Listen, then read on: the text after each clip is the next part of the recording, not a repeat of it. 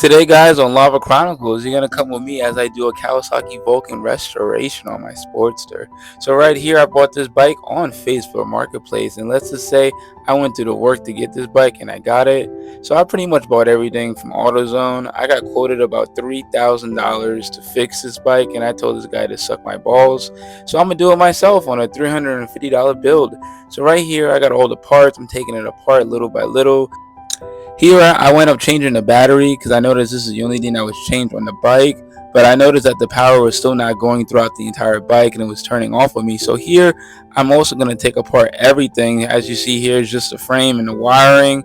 I pretty much rebuilt this bike from scratch. This here I'm taking off the air filter, redoing the oil, coolant, all the liquids I'm changing out because the guy who had this bike before me did not take care of it at all.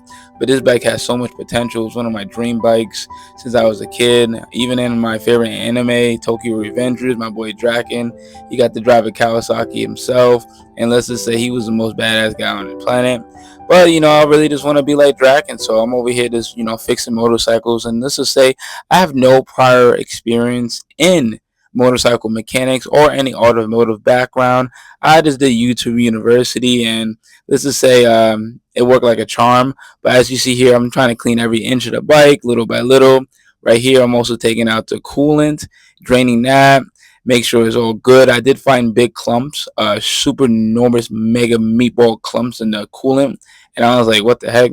So I literally had to take this bike apart, drain it completely dry until every last drop came out because I don't know how long that coolant and oil was sitting in this bike.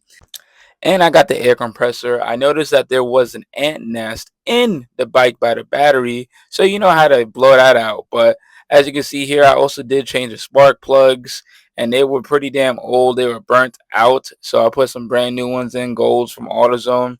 And here I'm actually going to be pumping out all the extra coolant in the coolant reservoir and the oil just to get every last drop out because you got to get all that dirty shit out. I did notice that there was dust particles, not metal particles, because if you did have metal particles in the coolant, then I could show that there is engine degrade, and that is not a good sign, but I did not have that, thankfully. And here I'm going to be refilling the oil. They say that you should do about one quart, a quart and a half at the max. And here I still noticed that there was still power not going throughout the bike fully. So I'm also going to drain it here. And honestly, you gotta buy extra just to refill it and dump it. And right here, guys, don't be like me. Make sure you bring towels. Let the oil be on top of towels and napkins so you don't have to